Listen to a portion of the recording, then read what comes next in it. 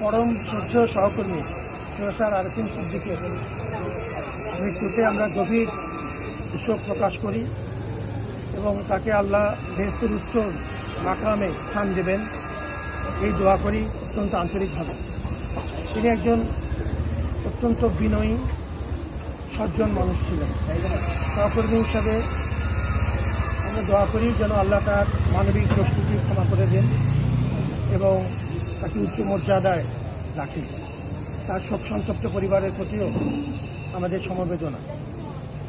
পরিবারের সিদ্ধান্তক্রমে পরিবারের সাথে আমাদের নিয়মিত যোগাযোগ আছে। সার্বিক পরিস্থিতি বিবেচনা করে পরিবারের সিদ্ধান্তক্রমে তাকে এই দ্রুত জানাজা পরিবার সিদ্ধান্ত নিয়েছেন এবং সে অনুযায়ী তার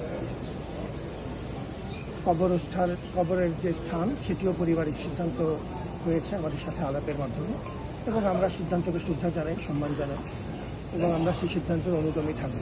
বিশ্ববিদ্যালয়ের তরফ থেকে আমরা আজকে আমাদের কেন্দ্রীয় মসজিদে আমাদের বিশেষ দোয়া তার জন্য আছে এবং আমরা সাধারণত একজন প্রাক্তন ভাইস চ্যান্সেলর হিসেবে যে সম্ভাবনা ঢাকা বিশ্ববিদ্যালয়ে দিয়ে থাকে সেটি পরিপূর্ণভাবে আমরা পালন করে যাচ্ছি। ইনশাআল্লাহ বাকিটুকু আমরা পালন করব।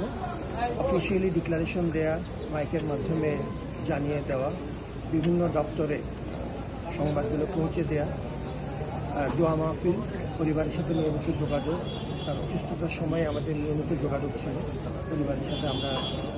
আমি ব্যক্তিগতভাবে এবং আমার সময় অনেকে দেখতেও গিয়েছিল। আমরা মনে করি যে তার উত্তরাধিকার সেটি আমরা আমাদের একজন অত্যন্ত শ্রদ্ধেয় সহকর্মী হিসাবে সেটি আমরা যত্নের সাথে আমরা পালন করব এবং পরিবারকে আমরা দাওয়াত দিয়ে রেখেছি যে কোনো প্রয়োজনে তারা আমাদেরকে তার পাশে পাবে। তাহলে কি তার পরিবারের সিদ্ধান্তের কারণে ঢাকা বিশ্ববিদ্যালয়ে ওনার জানাজা তাহলে ঢাকা বিশ্ববিদ্যালয়ে কি ওনার জানাজা কেন হচ্ছে না স্যার?